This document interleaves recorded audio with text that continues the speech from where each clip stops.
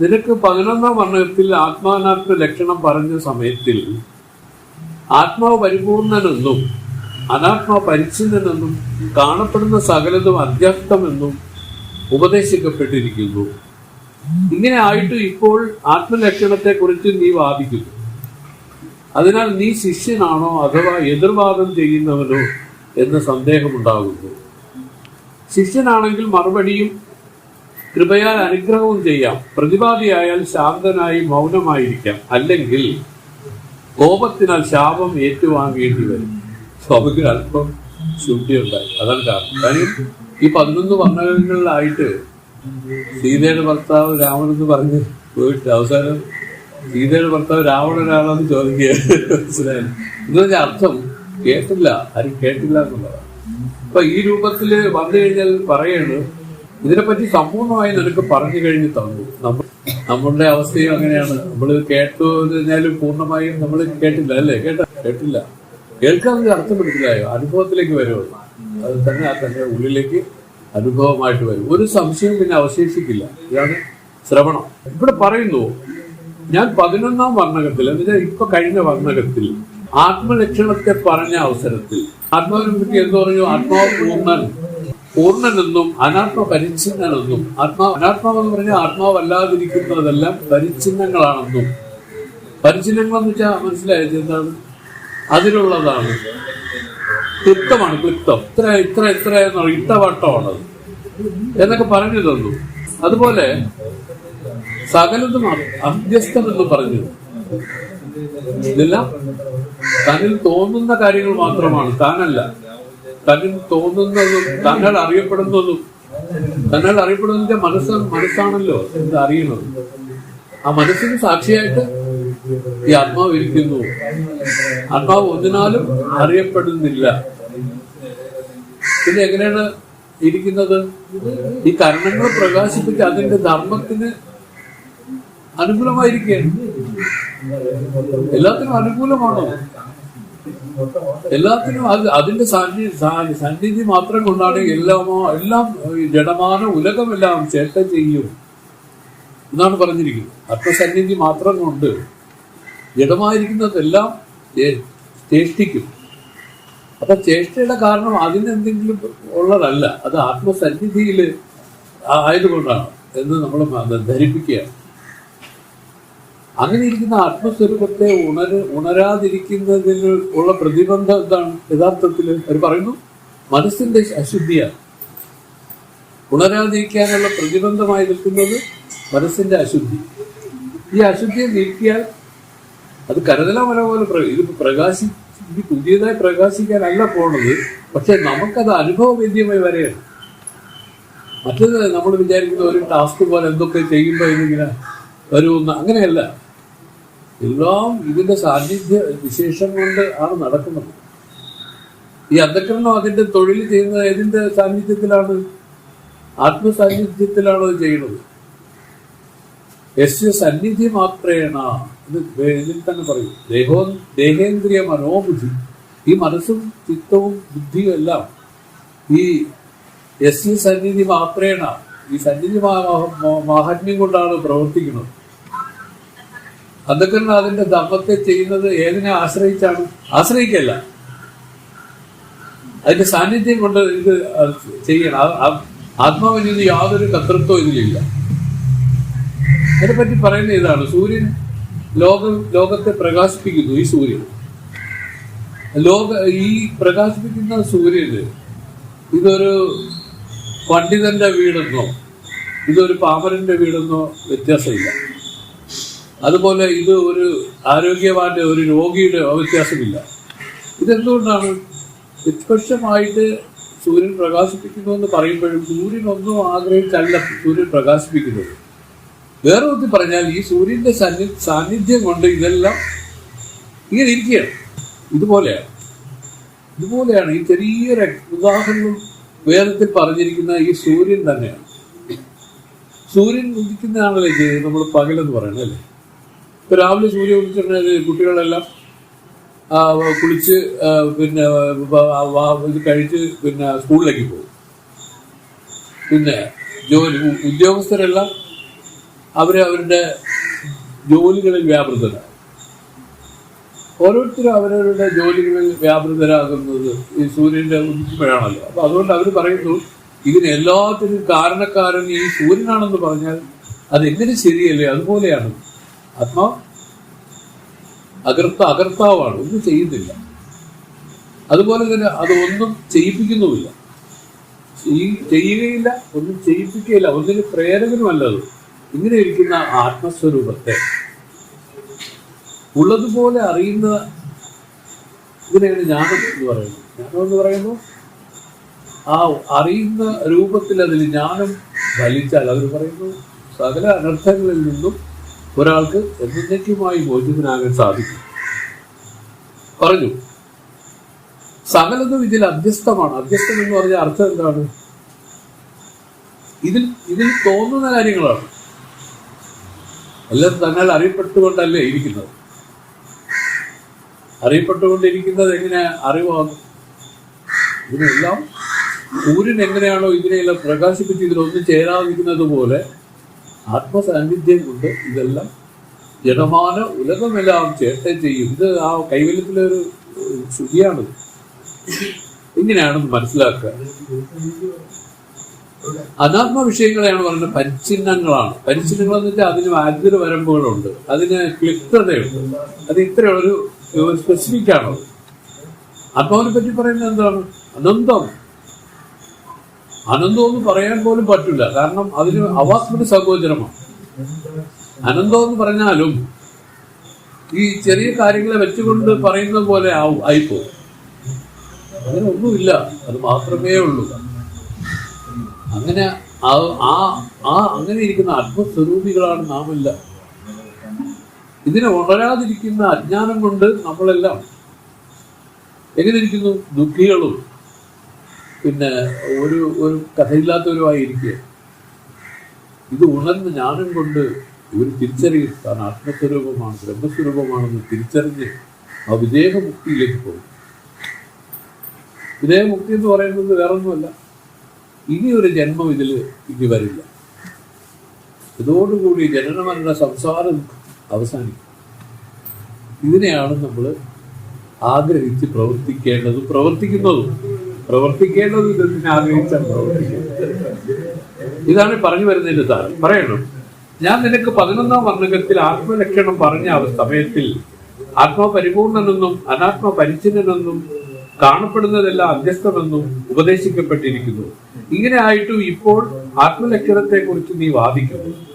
അതിനാൽ നീ ശിഷ്യന അഥവാ എതിർവാദം ചെയ്യാൻ വന്ന എന്ന സന്ദേഹമുണ്ടാകും. ശിഷ്യനാണെങ്കിൽ മറുപടിയും കൃപയാൽ അനുഗ്രഹവും ചെയ്യാം.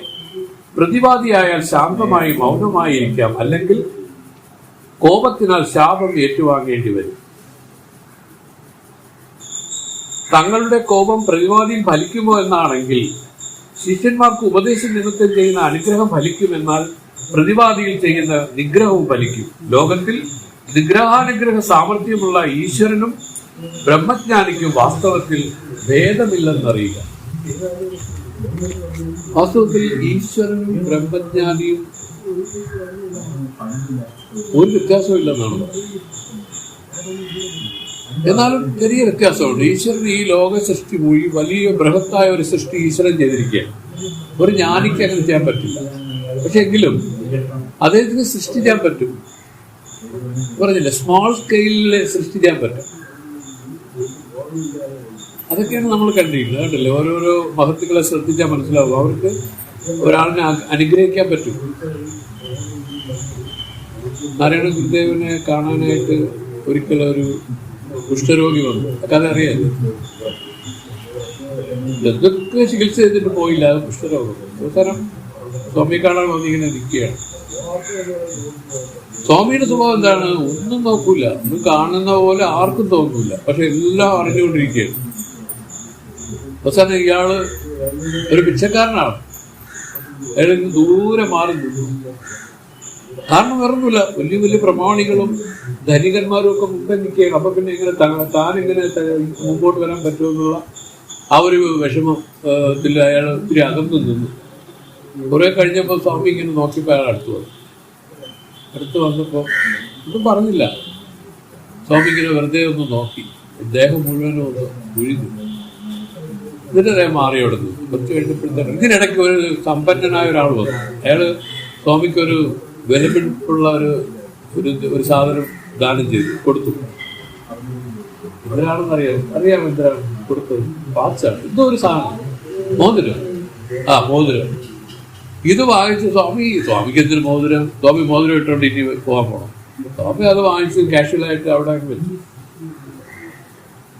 അപ്പൊ ഈ ധനികനായിരിക്കുന്ന ആള് എപ്പോഴും അയാളുടെ ഒരു വിചാരം, ഈ പിച്ചക്കാരനായിട്ട് ഇവൻ വന്നില്ലേ, ഇവൻ ഇത് മോഷ്ടിക്കും എന്നുള്ളൊരു വിചാരം ഇയാൾക്ക് വന്നു. അങ്ങനെ നിന്ന് കുറെ കഴിഞ്ഞപ്പോഴത്തേക്ക് ഈ മോതിരം പെട്ടപാടെ കണ്ടില്ല. സ്വാമിയുടെ കാര്യമല്ല പറയണ, ഇയാളെ സംബന്ധിച്ച് ആ മോതിരം പോയി. അത് പെട്ടെന്ന് തന്നെ സ്വാമി വന്നുകൊണ്ടേ പറഞ്ഞു, സ്വാമി ഈ മോതിരം എവ എടുത്തുള്ളത്, ഈ വന്നങ്ങൾ എടുത്തുള്ളത്. അങ്ങനെ വലിയ കലശലായ സംസാരമായി ഇയാളെ വഴക്ക് പറയാൻ തുടങ്ങിയപ്പോ സ്വാമി ചോദിച്ചു, എടോ ആ മോതിരം ഇപ്പൊ ആരുടേതാണ്? അത് എന്റേതല്ലേ? അപ്പൊ ഇനി അതും പോയാലോ വന്നാലോ അതിന്റെ ദണ്ഡം ആർക്കാണ് പറയണ്ടേ? എനിക്കല്ലേ?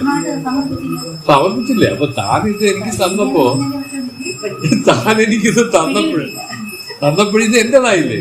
ഇനിയിപ്പം എന്തെങ്കിലും കുറ്റം മോതിരം പോയതിലെ ആക്ഷേപം പറയേണ്ട എനിക്കല്ലേ? എനിക്കൊരു കുഴപ്പമില്ല. എന്നിട്ടും അയാൾ വിട്ടില്ല. അയാളിങ്ങനെ തർക്കിച്ച് ശരി എന്നാ കൊണ്ടുവയ്ക്കുമെന്ന് പറഞ്ഞു. ഇയാളെ കുഷ്ഠരോഗം കൊണ്ട് ഇയാൾ മറ്റയാളുടെ പെട്ടെന്ന് അയാൾക്ക് സുഖം പ്രാപിച്ചു, അയാൾക്ക് മാറി. കാരണം ഈ ജ്ഞാനികൾക്ക് എന്ത് ചെയ്യാൻ കഴിയും? ഈശ്വരന്റെ അതേ ക്യാരക്ടറാണ്. ഈശ്വരന്റെ എല്ലാ പ്രകൃതങ്ങളും ജ്ഞാനികളിലുണ്ട്. നമ്മൾ എത്ര പറഞ്ഞാലും വിശ്വസിക്കാൻ പറ്റാത്ത കാര്യം തന്നെയാണ്. വലിയ വലിയ മഹത്തുക്കളെ ഇതെല്ലോ സിദ്ധികളെ ചെയ്തിരിക്കുന്നു എന്ന് പറയാം. അപ്പൊ അതുകൊണ്ട് സാധിക്കും. അതുകൊണ്ടാണ് പറഞ്ഞത് ഈശ്വരനും ജ്ഞാനിയും വാസ്തവത്തിലും ഒന്ന് തന്നെയാണ്. ഈശ്വരന് ഈ ജ്ഞാനികള് എന്ന് പറഞ്ഞാൽ അവർക്ക് ഈ ഉപാധി ഇരിക്കുന്നത് കൊണ്ട് തന്റെ ആത്മാനുഭവം തെളിഞ്ഞിരുന്നാലും ചെറിയ ചില തടസ്സങ്ങളുണ്ടെന്നേ ഉള്ളൂ. അവർ വാസ്തവത്തിൽ ഈശ്വര സ്വരൂപങ്ങളാണ്. ഞാൻ പറഞ്ഞത് ഇങ്ങനെ മൂന്ന് വേദം ബ്രഹ്മത്തിനും അല്ലയോ സദ്ഗുരുവായ സ്വാമി,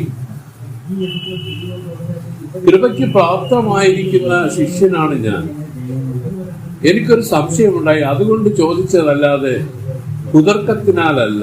അങ്ങനെ പറഞ്ഞോളൂ. എപ്പോഴും ഗുരുക്കന്മാരോട് എന്ത് സംശയം ഞങ്ങളോട് പറഞ്ഞെന്നാണ് ഈ പറയുന്നത്. നമ്മളൊരു ചോദ്യം ചോദിക്കുമ്പോൾ നമ്മൾ എന്ത് ഉദ്ദേശത്തിലാണ് അത് ചോദിക്കുന്നത് എന്നുള്ളതിൽ ഒരു വലിയ കാര്യം ഇരിക്കുകയാണ്. ആരോട്? ഗുരുക്കന്മാരോട് ചോദിക്കുന്നത്. അവരോട് കുതർക്കമായിട്ട് ഒന്നും ചോദിക്കാൻ പാടില്ല. ഇനി അങ്ങനെ ചെയ്താൽ അതിന് വരുന്ന വിപരീതമാണ് ഈ പറഞ്ഞത്. ഇദ്ദേഹം ഉടനെ തന്നെ ക്ഷമാപണത്തോടുകൂടി പറയണം, അല്ലയോ സ്വാമി, സദ്ഗുരുവായ സ്വാമി, കൃപയ്ക്ക് പാത്രനായ ശിഷ്യനാണ് ഞാൻ. അങ്ങയുടെ കൃപയ്ക്ക് പാത്രനായ ശിഷ്യനാണ് ഞാൻ. എനിക്കൊരു സംശയമുണ്ടായി, അതുകൊണ്ട് ചോദിച്ചതല്ലാതെ കുതർക്കത്തിനാലല്ല. അങ്ങനെയാണെങ്കിൽ ഗുരു പറയണേ, എന്നാൽ പറയാം.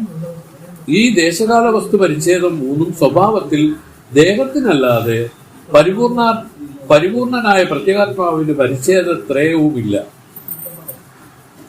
പ്രത്യേകാത്മാവ് പരിപൂർണ ബ്രഹ്മത്തിന് ദേശപരിച്ഛേദമില്ല എന്നത് എങ്ങനെ അറിയപ്പെടുമെന്നാണെങ്കിൽ, കുടമിരിക്കുന്നു, പടമിരിക്കുന്നു, ചുവരിരിക്കുന്നു എന്നും, ഭൂമിയിരിക്കുന്നു, ജലമിരിക്കുന്നു, തേജസ്സിരിക്കുന്നു, വായുവിരിക്കുന്നു, ആകാശമിരിക്കുന്നു എന്നും ഈ വിധമായി ഭൂതഭൗതിക പ്രപഞ്ചത്തിൽ സദ്രൂപമായിട്ട് തന്നെ അനുഭവിക്കുന്നതിനാൽ ആത്മാവിന് വിഭുത്വമിരിക്കുന്നു. ഇങ്ങനെ സർവവ്യാപകമായ ആത്മാവിന് ദേശപരിച്ഛേദമില്ല. മുമ്പ് പറഞ്ഞ യുക്തിയാൽ തന്നെ ആത്മാവിൽ അനാദിത്വമിരിക്കുന്നു. നിത്യമായിരിക്കുന്നതിനാൽ വരും കാല പരിച്ഛേദവുമില്ല. അതിനെ തുടർന്നു വരുന്ന ഒരു കാലത്തിലും ഈ കാരണത്താൽ കാലപരിച്ഛേദവുമില്ല. ഇങ്ങനെ കഴിഞ്ഞ കാലം, വരും കാലം സംബന്ധമുള്ള ആത്മാവ് ഒരുവനാകയാൽ ആത്മാവിന് ഇപ്പോഴുള്ള കാലപരിച്ഛേദവുമില്ല. ആത്മാവിന് വസ്തുപരിച്ഛേദ രാഹിത്യം എങ്ങനെയെന്നാൽ, ആത്മാ സർവ്വ വസ്തുക്കൾക്കും ആത്മാവായിരിക്കുന്നതിനാൽ വസ്തുപരിച്ഛേദമില്ല. കാരണം പറഞ്ഞല്ലോ, ഈ അധ്യായം കൊണ്ട് നമുക്ക് പറഞ്ഞു തരാൻ പോകുന്ന വേറൊന്നുമല്ല, ഈ ആത്മാവിന് ദേശകാല വസ്തുക്കളാൽ പരിച്ഛേദം ഉണ്ടാവുന്നതല്ല, ഇല്ലായ്മ ഉണ്ടാവുന്നതല്ല. ഇത് എപ്പോഴും അങ്ങനെ തന്നെ. ഇത് നമ്മുടെ സ്വരൂപമാണ് ഈ പറയുന്നത്, നമ്മുടെ യഥാർത്ഥ നേച്ചറാണ് ഈ പറയുന്നത്. ഒരിക്കലും അടയാത്ത ദീപമാണ്. അതാണ് സർവ്വതിനെയും പ്രകാശിപ്പിച്ചിരിക്കുന്നത്. ഈ മനസ്സിനെയും ഇന്ദ്രിയങ്ങളെയും ഈ എല്ലാത്തിനെയും പ്രകാശിപ്പിച്ച് യഥാർത്ഥ പ്രകാശമായിരിക്കുന്നത് ഏതാണ്? ഈ ആത്മാവാണ്. അതാണ് ആ സത്രൂപമായിട്ടിരിക്കുന്ന ആത്മാവാണ്. ഇതിന് പരിച്ഛേദമില്ല എന്നുള്ള രൂപത്തിലാണ് നമുക്ക് ഇതിനെ തിരഞ്ഞറിയേണ്ടത്.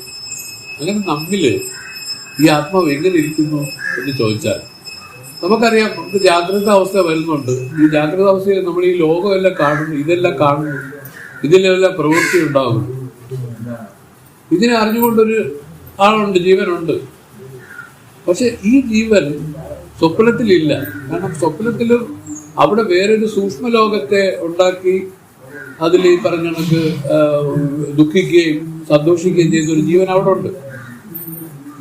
ആ ജീവനും സുഷുപ്തിയിൽ അടഞ്ഞു പോവുകയാണ്. സുഷുപ്തിയിൽ കേവലം ഈ ജീവന്മാർ, അവിടെ ഒരു ജീവനുണ്ട്, അതിന്റെ പാരമാർത്ഥികൻ എന്നുള്ള ഇതൊക്കെ പറഞ്ഞു തരികയാണ്, വേദം പറഞ്ഞു തരികയാണ്. അപ്പൊ ഈ 3 ജീവന്മാരും എങ്ങനെയുള്ളതാണ്? പരിച്ഛിന്നങ്ങളാണ്. ആ ഉപാധി അളവിലുള്ള ചൈതന്യ വിശേഷങ്ങളെയാണ് ഈ ജീവനായിട്ട് പറയുന്നത്. ഇതിനെല്ലാത്തിനും പരിച്ഛിന്നതയുണ്ട്. പക്ഷെ ആത്മാവിനെ പറ്റി പറയുമ്പോൾ അപരിച്ഛിന്നനാണ് ആത്മാവ്. യാതൊരു വിധ ദേശം കൊണ്ടും കാലം കൊണ്ടും അവസ്ഥകളെ കൊണ്ടും ഏതൊന്നാണോ ബാധിക്കപ്പെടാതിരിക്കുന്നത് അതിനെയാണ് ആത്മാവെന്ന് പറയുന്നത്. ഒന്നിനാലും ബാധിക്കാൻ സാധിക്കാത്ത, ഒന്നിനാലും അവധിയില്ല. നമ്മൾ കഴിഞ്ഞ പ്രാവശ്യം പറഞ്ഞ കഥ ഓർമ്മിക്കണം. പ്രാണനെ വരെ ഒടുക്കി. എന്താണ്? ആത്മാ പരമം പ്രേമാസ്പദം. ഇത് അണ്ടർസ്റ്റുഡാണ്. ഇത് എടുത്തു പറയണ്ട, ഇത് അണ്ടർസ്റ്റുഡാണ്. അങ്ങനെ ഇരിക്കുകയാണ്. അതാണ് ഘനമായിട്ട് ഇതിലിരിക്കുന്നത്. ഇതിനെ ഉണരാതിരിക്കുന്നത് എന്തുകൊണ്ട് എന്ന് ചോദിച്ചാൽ അവർ പറയുന്നു, മനസ്സ് ശുദ്ധമല്ല. മനസ്സ് ലോകകാര്യങ്ങളിൽ സത്യമെന്ന രൂപത്തിൽ ഇപ്പോഴും വ്യവഹരിച്ചുകൊണ്ടിരിക്കും. മനസ്സിലല്ലേ? ഇതിനെ ആർക്കെങ്കിലും കെടുത്തി നിന്ന് ഈ പറയുന്ന സമാധി പഴകാൻ സാധിച്ചാൽ അവർ പറയുന്നു, കരുതലാ മലകം പോലെ ഈ ആത്മാനുഭവം തന്നിൽ ഉരിക്കാൻ ആരംഭിക്കും. പതുക്കെ പതുക്കെ പതുക്കെ അത് സർവത്ര പരിപൂർണമായിട്ട് വ്യാപിക്കും. ഉള്ളിൽ ഇരിക്കുന്നത് അത് തന്നെ വെളിയിൽ വ്യാപിക്കുമോ? അതാണ് മഹത്തുക്കളിൽ കാണുന്നത്. അവര് ദേഹത്തിനകത്ത് ആണ് തോന്നുന്നതായിട്ട് നമ്മൾ ഇരിക്കുന്നത്. അങ്ങനെയല്ല, സർവത്ര പരിപൂർണമായിട്ട് അവർ വ്യാപിക്കുന്നതായിട്ട് അവരുടെ അനുഭവമാണ് പറയുന്നത്. ഇതിനെയാണ് വാസ്തവത്തിൽ മുക്തി എന്ന് പറയുന്നത്. ഈ മുക്തിക്ക് വേണ്ടിയാണ് എല്ലാ ജീവജാലങ്ങളും പ്രവർത്തിക്കുന്നത്. പക്ഷെ അവരവരുടെ അറിവ് പോലെയാണ് മുക്തിക്ക് പ്രവർത്തിക്കുന്നത്. സുഖമായിരിക്കണമെന്നല്ലാതെ ദുഃഖമായിരിക്കാൻ ആരെങ്കിലും ആഗ്രഹിക്കുമോ? ഇല്ലല്ലോ. അപ്പൊ ആ സുഖമായിരിക്കുക എന്ന് പറയുന്നത് നമുക്കറിയാം, സുഷുപ്തിയിലാണ് ഏറ്റവും സുഖമായിരിക്കാൻ പറ്റുന്നത്. എന്തുകൊണ്ട്? എല്ലാം വിട്ടത് എന്റെ സുഖത്തിന് കാരണമെന്ന് നമുക്ക് ഭഗവാൻ ദൈനംദിനം കാണിച്ചു തരുന്നത്. എല്ലാം വിട്ടതാണ് എല്ലാം പിടിച്ചു വെക്കുന്നത് ദുഃഖമാണെന്നാണ് അതിന്റെ അർത്ഥം. അതുകൊണ്ടാണ് ഇതിനെ വിടാൻ നമുക്ക് സാധിക്കുന്നില്ല. വിടാൻ സാധിക്കണമെങ്കിൽ എന്ത് വേണം? ഇവർ പറയുന്നു ആ വിവേകം കൊണ്ട് ഇതിനെ വിടാം. പറഞ്ഞില്ലേ? വിവേകം എന്താണ്? വാസ്തവത്തിൽ ഇതെല്ലാം കേവലം ഈ ആത്മാവിൽ അധ്യസ്ഥമാണ്. അധ്യസ്ഥം എന്ന് വെച്ചാൽ തോന്നലാണ്. കയറിൽ പാമ്പ് അധ്യസ്ഥമാണ്. പാമ്പ് ഒരു കാലത്തും ഇല്ലാത്തതാണ് പാമ്പ്. പക്ഷെ അത് തോന്നുന്ന കാലത്തിൽ സത്യം എന്നതുപോലെ അത് വിളങ്ങുന്നു, അത് നിൽക്കുന്നു. അത് സംബന്ധിച്ചുള്ള അർത്ഥക്രിയകൾക്ക് വിധേയമാകുന്നു. അത് പേടിക്കുന്നു, അത് കണ്ട് ഓടുന്നു, കാല് തട്ടി വീഴുന്നു. ഇങ്ങനെ പല കാര്യങ്ങള് എന്തുകൊണ്ട് സംഭവിക്കുന്നു? പാമ്പ് ഇല്ലാത്ത പാമ്പ് സത്യമെന്ന് വിചാരിച്ചുകൊണ്ടാണ്. വാസ്തവത്തിൽ അത് പാമ്പില്ല, അവിടെ പാമ്പേ ഇല്ല. ത്രികാലത്തിൽ പാമ്പില്ല, അതൊരു തോന്നലായിരുന്നു. ഇതിപ്പോഴാണ് ഈ ലോക വിഷയങ്ങളും എല്ലാം. വാസ്തവത്തിൽ നമ്മള് ഇതിൽ സത്യബുദ്ധിയോടുകൂടി നിൽക്കുന്നത് കൊണ്ടാണ് നമുക്ക് ഇതിൽ അർത്ഥക്രിയാദികൾ ഉണ്ടാകും. അർത്ഥക്രിയ എന്ന് പറയുന്നത് മനസ്സിന്റെ രാഗദ്വേഷ മതമത്സരങ്ങൾ അതിന്റെ അർത്ഥക്രിയകളാണ്. അതില്ലാതിരുന്നാലോ അവർ പറയുന്നു, ഈ ബ്രഹ്മാനന്ദം ഇതിൽ തിളച്ചു മറിയും. നമ്മുടെ ഉള്ളിൽ നിന്ന് ആ ആനന്ദം ഇതിൽ തിളച്ചു മറിയുമെന്നാണ് പറയുന്നത്. ഇത് മഹത്തുക്കൾ പറഞ്ഞതാണ്. അവരൊക്കെ അവരനുഭവിച്ചവരാണ്. എപ്പോഴും മനസ്സം പറയാറുണ്ട്, ഞാൻ ആനന്ദത്തിൽ കുളിച്ചിരിക്കേണ്ടത്. അവര് എപ്പോഴും അങ്ങനെയാണ്. കാരണം അവർക്ക് ഈ ലോക വിഷയങ്ങൾ വിട്ടതാണ് കാരണം. നമുക്കിപ്പോ ലോക വിഷയങ്ങളെ വിടാൻ സുഷുപ്തി ആശ്രയിക്കേണ്ടിയിരിക്കുകയാണ്.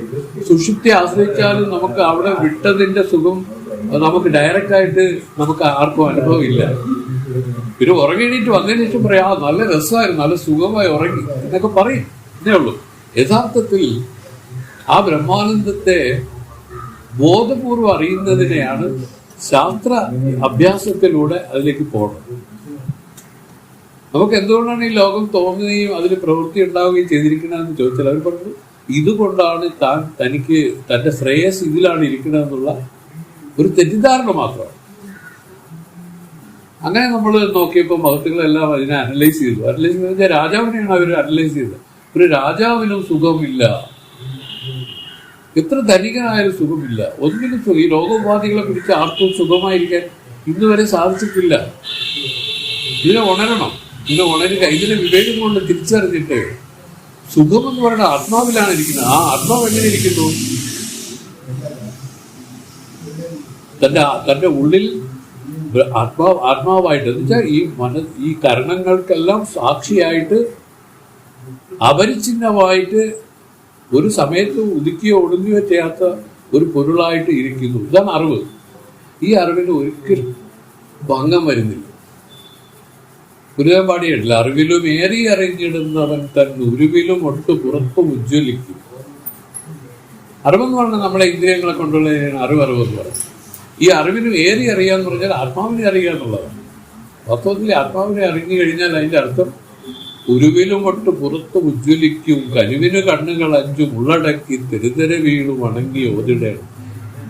ഇതിന്റെ പ്രാപ്തിക്ക് എന്താണ് ചെയ്യാനുള്ളതെന്ന് വെച്ചാൽ ഈ കണ്ണുകളെ അഞ്ചും ഉള്ളടക്കണം. ഇന്ദ്രിയങ്ങളെല്ലാം ഈ ബഹിർമുഖമായിട്ട് അഴിച്ചുവിടാതെ, കാരണം അത് ജന്മാന്തര പഴക്കം കൊണ്ട് എല്ലാവർക്കും ഈ ഇന്ദ്രിയങ്ങളെല്ലാം വെളിയിലോട്ടാണ് സൃഷ്ടിച്ചിരിക്കുന്നത് ബ്രഹ്മാവ്. പക്ഷെ ഇത് ജന്മാന്തര പഴക്കം കൊണ്ട് അങ്ങനെയാണ് എല്ലാവരുടെയും പ്രകൃതം.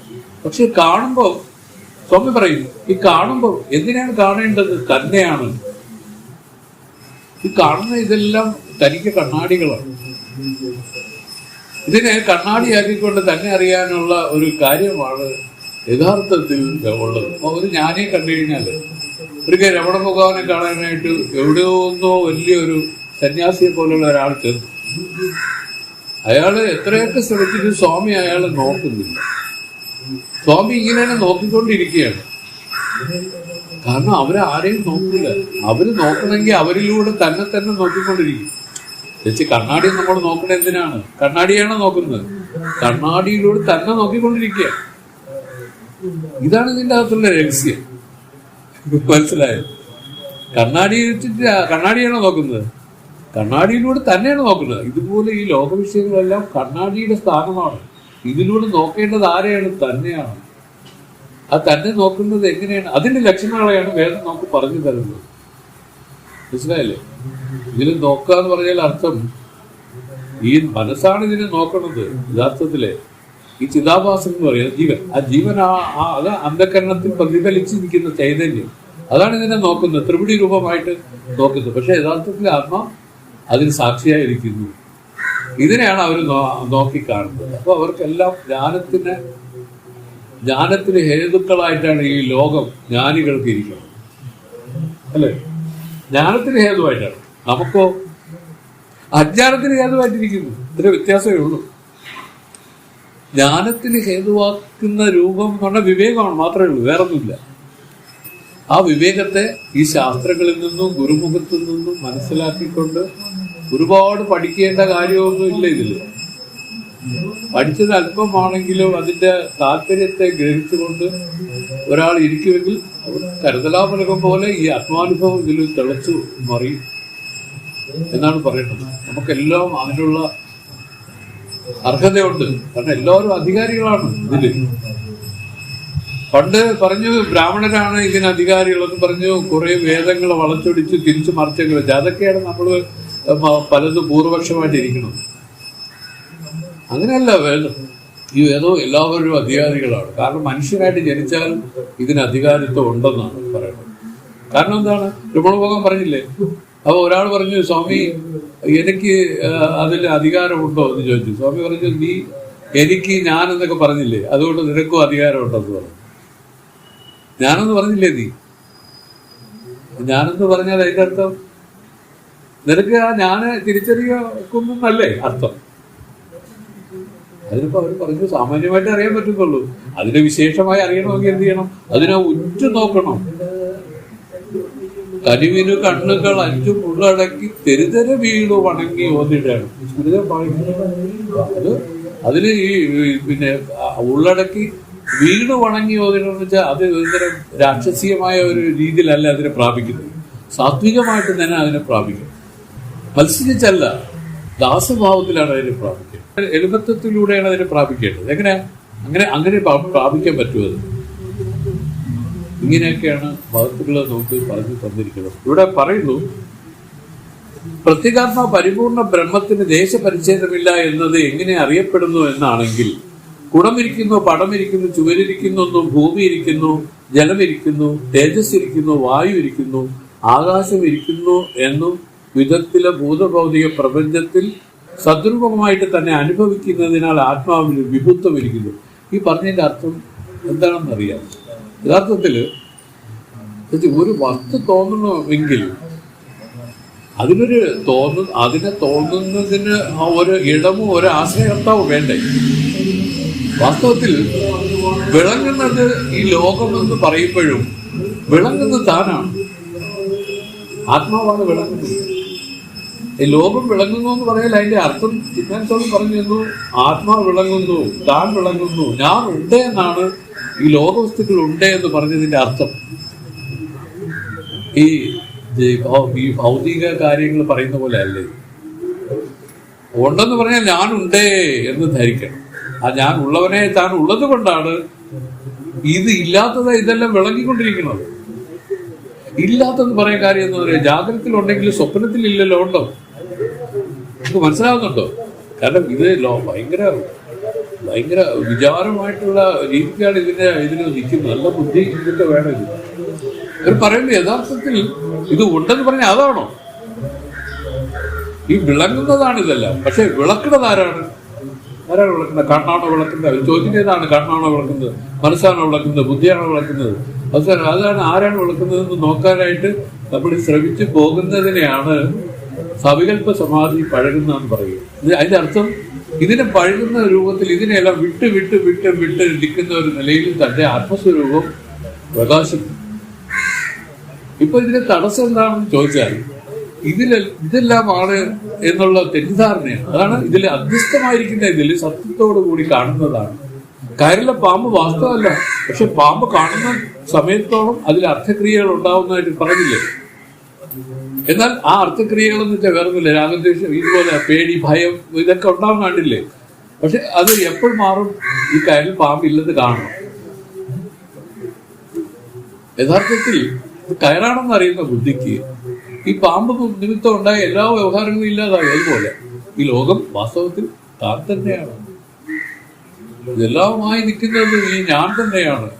എന്നെ വിട്ട് വേറൊന്നായി ഒന്നുമില്ല ധനഞ്ജയ. എല്ലാം നൂലിൽ മണികൾ പോലെങ്കിൽ കോർത്തു നിർപ്പതാണ്. എല്ലാം സർവത്ര എന്മയമായിട്ടിരിക്കുന്നു. എന്മയമായി അറിഞ്ഞ അദ്വൈതത്തിൽ ഇരുന്ന് ജ്ഞാനികള് ആനന്ദം അനുഭവിക്കുന്നു. പരമാനന്ദത്തിൽ ഇരിക്കേണ്ടവര്. അതേസമയം അത് വിട്ട് അജ്ഞാനികൾ ഇതിൽ ദുഃഖത്തിലിരിക്കുകയാണ്. അയ്യോ അത് കിട്ടിയില്ല, ഇത് കിട്ടിയില്ല എന്നുള്ള ആ സങ്കടത്തിലാണ് അവർ കഴിയുന്നത്. ഈ വ്യത്യാസമാണ് ജ്ഞാനി അജ്ഞാനികൾ തമ്മിൽ. രണ്ടും വാസ്തവത്തിൽ നോക്കിയാൽ ആത്മസ്വരൂപമാണ്.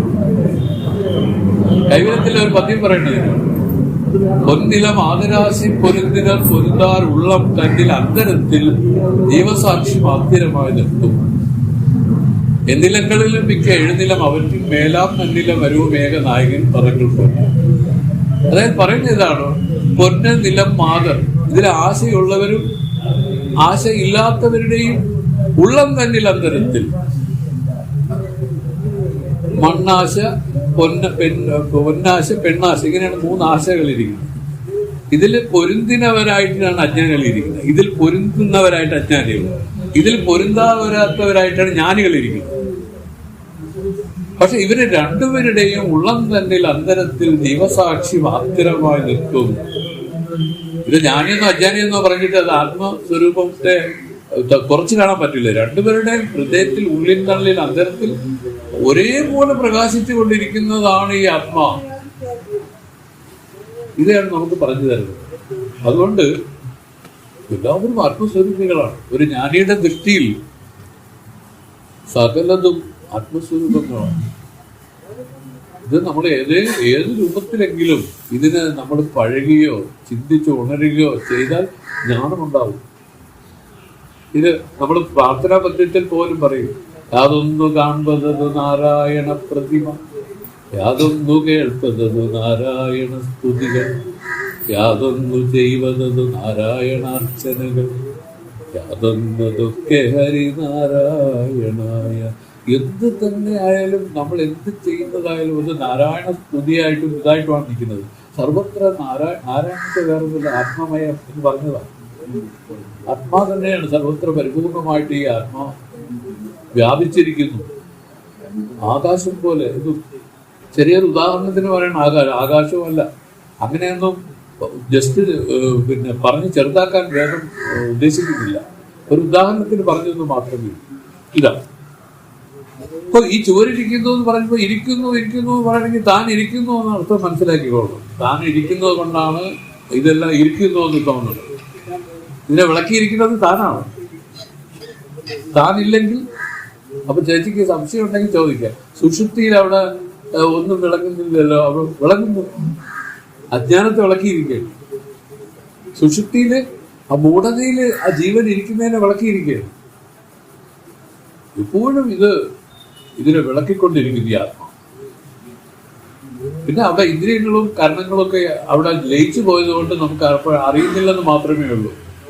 പക്ഷെ എണീറ്റ് വന്നിട്ട് അവരുടെ സ്മൃതി എന്തിനാണ്? സുഷുപ്തി വിട്ട് എണീറ്റ ആളിന്റെ സ്മൃതി എന്താണ്? അവർ പറഞ്ഞു, ഞാനൊന്നും അറിഞ്ഞില്ല, സുഖമായിരുന്നു. ഇതാണ് അവരുടെ സ്മൃതി. അതെങ്ങനെയാ സ്മൃതി ഉണ്ടായി? ആത്മാവ് പ്രകാശിപ്പിച്ചിരിക്കുകയാണ്. അവ്യക്തമായിട്ടാണെങ്കിൽ ആ ബുദ്ധിക്ക് അത് നേരിയ തോതിൽ അറിയാം. പൂർണ്ണമായും അങ്ങനെ ലയിച്ചു പോകാൻ പറ്റില്ല, ഒരല്പമായിട്ടെങ്കിലും. കാരണം ശരീരം നിലനിൽക്കണ്ടേ. ഈ ശരീരത്തെ നിലനിർത്തുന്നതിന് ഈ ബുദ്ധിയും കാര്യങ്ങളൊക്കെ വേണം. അപ്പൊ അതുകൊണ്ട് ഇതിനെ സഹജ താതാത്മ്യം എന്നൊക്കെ പിന്നെ പറയും. നമുക്കത് പഠിക്കണം. നല്ലൊരു സംഭവമാണ് ഇവിടെ വിലടിച്ച്. അപ്പൊ നമ്മൾ മനസ്സിലാക്കാനുള്ളത്, ആത്മാവിനെ നിർണയിച്ച് ആത്മസ്വരൂപമായിട്ട് ഇരുന്ന് പഴകി ആ മുക്തി നില കൈവരിക്കാനാണ് നമ്മളെല്ലാം ഈ രൂപത്തിൽ പോണത്. അത് എന്തിനാണ് മുക്തി നില കൈവരിക്കേണ്ടതെന്ന് ചോദിച്ചാൽ അവർ പറഞ്ഞു, അനന്ത ജന്മങ്ങളെടുത്ത് ഈ പ്രാണിയായിട്ട് പലതായിട്ട് ഇരുന്ന് ദുഃഖിച്ചവരാണ് പോലും നമ്മളെല്ലാം. ഇതിൽ നിന്ന് ഒരു രക്ഷ, ഇതിൽ നിന്ന് ഒരു ഉദ്ധാരണം, ഇതാണ് ഗുരുക്കന്മാർ നമുക്ക് തരുന്നത്. മനസ്സിലായില്ലേ? നമുക്ക് ആദ്യം ബാല്യത്തിലൊക്കെ അറിവില്ലായ്മ ഉണ്ട്, യൗവനത്തിലും ആ ചോരത്തിളപ്പില് പോയി, ഏതാണ്ടൊരു വാർദ്ധക്യമൊക്കെ ആകുമ്പോഴാണ് കുറച്ചൊക്കെ ആലോചിക്കുക, ശരിയാണ് വേദം പറഞ്ഞതെന്ന് തോന്നണത്, അല്ലേ? അപ്പൊ അങ്ങനെ തോന്നുന്ന സമയത്തും നമ്മൾ ഇനിയും വേറെ ഒരു കാര്യത്തിലേക്കും പോകാതെ എപ്പോഴും ആ സജാതീയ വൃത്തി പഴകി അങ്ങനെ കഴിയാനാണ് ശ്രമിക്കേണ്ടത് എന്നാണ് പറഞ്ഞതിൻ്റെ അർത്ഥം. എന്ന് വെച്ചാൽ ആഹാരം കഴിക്കരുതെന്നും അർത്ഥമില്ല. എല്ലാം ആ ഭഗവൻ സമർപ്പണമായി ചെയ്തുകൊണ്ട് ജീവിതം നയിച്ചാൽ മാത്രം മതി. ഇതാണ് പറഞ്ഞതിൻ്റെ അർത്ഥം. അങ്ങനെ ഓരോന്നും ശാസ്ത്രീയമായിട്ട് അനലൈസ് ചെയ്യുമ്പോൾ നമുക്ക് തോന്നും, അയ്യോ ഇതെന്ത് പറയുന്നത് കേട്ടോ, സംഭവം ഇതാണ് ഈ പറയുന്നു. പ്രത്യേകാത്മാ പരിപൂർണ ബ്രഹ്മത്തിന് ദേശപരിച്ഛേദം ഇല്ല എന്നത് എങ്ങനെ അറിയപ്പെടുമെന്നാണെങ്കിൽ പറഞ്ഞു, കുടമിരിക്കുന്നു, പടമിരിക്കുന്നു, ചുവരിരിക്കുന്നു എന്നും, ഭൂമി ഇരിക്കുന്നു, അവിടെ ചേച്ചിയിരിക്കുന്നു, ഇതെല്ലാം വാസ്തവത്തിൽ ഇരിക്കുന്നു എന്ന് പറയാൻ അർത്ഥം എന്തിനാണ്? താൻ ഇരിക്കുന്നു എന്നുള്ളതിനെ വിളക്കം ചെയ്തിരിക്കുകയാണ്. നമ്മൾ മനസ്സിലാക്കാനുള്ള ഇതാണ്. ആ ഓബ്ജക്റ്റിനെ വിട്ട് സബ്ജക്റ്റിനെയാണ് അനലൈസ് ചെയ്യേണ്ടത്. നമ്മൾ വേദാന്തത്തിന്റെ സ്വഭാവം എന്താണ്? ഓബ്ജക്റ്റീവ് അനാലിസിസ് അല്ല, അതല്ല കാര്യം. അതിനെ വെച്ചുകൊണ്ട് താൻ തന്നെയാണ് നോക്കുന്നത്. ഇങ്ങനെയാണ് ഇതില് ഒരു പ്രത്യേക ഒരു തരം വീക്ഷണമാണ് ഇതിൽ വരുന്നത്. അതുകൊണ്ട് ജ്ഞാനികളെ സംബന്ധിച്ച് അവർക്ക് ഇതൊന്നും തടസ്സമല്ല. ഇതെല്ലാം അവർ പറയും, ഇതെല്ലാം ആത്മസ്വരൂപങ്ങളാണെന്ന് പറയും. എല്ലാം അദ്വൈതമായിരിക്കുന്ന ആത്മാ തന്നെയാണ് എന്ന് അവർ പറയും. ഇങ്ങനെ കൂടുതൽ കൂടുതൽ ഇങ്ങനെ പറയണത് എന്തിനാണെന്ന് ചോദിച്ചു. ഇത് ഉറയ്ക്കണം, ഇത് ഉറയ്ക്കണം. ഉറയ്ക്കാനായിട്ട് നിരന്തര ശ്രവണം വേണമെന്നാണ് പറയുന്നത്. ഹിന്ദുസ്വാമി പറയണത് എങ്ങനെയെന്ന് അറിയാമോ? കിളി ചിലയ്ക്കുന്നത് പോലെ, യാമം തോറും കിളി ചിലയ്ക്കുന്ന പോലെ ഇതിനെ കേൾക്കണം, ഇതിനെ ചിന്തിക്കണം, ഇതിങ്ങനെ ഇരിക്കാൻ ശ്രമിക്കണം. ഇങ്ങനെ ചെയ്തു വരുന്നവർക്ക് ഇത് വളരെ സുലഭമായിട്ട്, അവർ പറയുന്ന ഭാഷ ഇതാണ്, കരതലാമലകം പോലെ, ഉള്ളംകൈ നെല്ലിക്ക പോലെ ഈ അനുഭവം വരും. അതിന്റെ അർത്ഥം. അപ്പൊ ഇരിക്കുന്നു എന്ന് പറഞ്ഞാൽ എന്താ അർത്ഥം മനസ്സിലാക്കി? ഞാനിരിക്കുന്നു, ഞാനുണ്ട് എന്നാണ് പറഞ്ഞില്ല. രണ്ടാമത് അതാണ് പറഞ്ഞത്, ആത്മാവിന് വിഭുത്വം ഇരിക്കുന്നു എന്നാണ് അർത്ഥം. ഇങ്ങനെ സർവവ്യാപകമായ ആത്മാവിന് ദേശകാല പരിച്ഛേദമില്ല. മുമ്പ് പറഞ്ഞ യുക്തിയാൽ തന്നെ ആത്മാവിന് അനാദിത്വം ഇരിക്കുന്നു. നിത്യമായിരിക്കുന്നതിനാൽ വരുംകാല പരിച്ഛേദവുമില്ല. അതിനെ തുടർന്ന് വരുന്ന ഒരു കാലത്തിൽ ഈ കാരണത്താൽ കാലപരിച്ഛേദമില്ല. ഇങ്ങനെ കഴിഞ്ഞ കാലത്തും സംബന്ധമുള്ള ആത്മാവ് ഒരുവനായി ഇരിക്കുന്നതിനാൽ വരുംകാലത്തും സംബന്ധമുള്ള ആത്മാ ഒരുവനായിരിക്കുന്നതിനാൽ ആത്മാവിന് ഇപ്പോഴുള്ള കാലപരിച്ഛേദവുമില്ല. ആത്മാവിന് വസ്തുപരിച്ഛേദ രാഹിത്യം എങ്ങനെയെന്നാൽ സർവ വസ്തുക്കൾക്കും ആത്മാവായിരിക്കുന്നു. അതിനാൽ വസ്തുപരിച്ഛേദം എല്ലാത്തിൻ്റെയും ആത്മാവായിരിക്കുന്നത് ഇതാണ്. എല്ലാത്തിൻ്റെയും സർവ്വത്തിൻ്റെയും ആത്മാവായിരിക്കുന്നത് ഇതാണ്. പറഞ്ഞില്ല, നമ്മളൊരു മെറ്റൽ എടുത്താലേ അതിൽ ഈ പറയുന്ന കണക്ക് ഇലക്ട്രോൺസും പ്രോട്ടോൺസും എല്ലാം കഴിഞ്ഞിട്ട് ഒരു ന്യൂക്ലിയർ ആറ്റം ഉണ്ട്, മനസ്സിലല്ലേ? അതിനെ ചുറ്റിയാണ് എല്ലാ വിധ ഇതിൻ്റെ എല്ലാത്തിൻ്റെയും ഉള്ളിലിരിക്കുന്ന ഏതാണ്? ഈ ആറ്റമാണ്. സർവത്ര അതാണ് ഇതിൻ്റെ ആത്മാ, ആ മെറ്റലിൻ്റെ ആത്മാവാണത് എന്ന് പറയുന്നത് പോലെ ഒരു ഉദാഹരണം പറഞ്ഞതേ ഉള്ളൂ. ഇത് വേദത്തിലെ ഉദാഹരണമല്ല, ഞാൻ മനസ്സിലാക്കാൻ വേണ്ടി പറഞ്ഞത്. എല്ലാത്തിനും ആത്മാവായിരിക്കുന്നത് ഏതാണ്?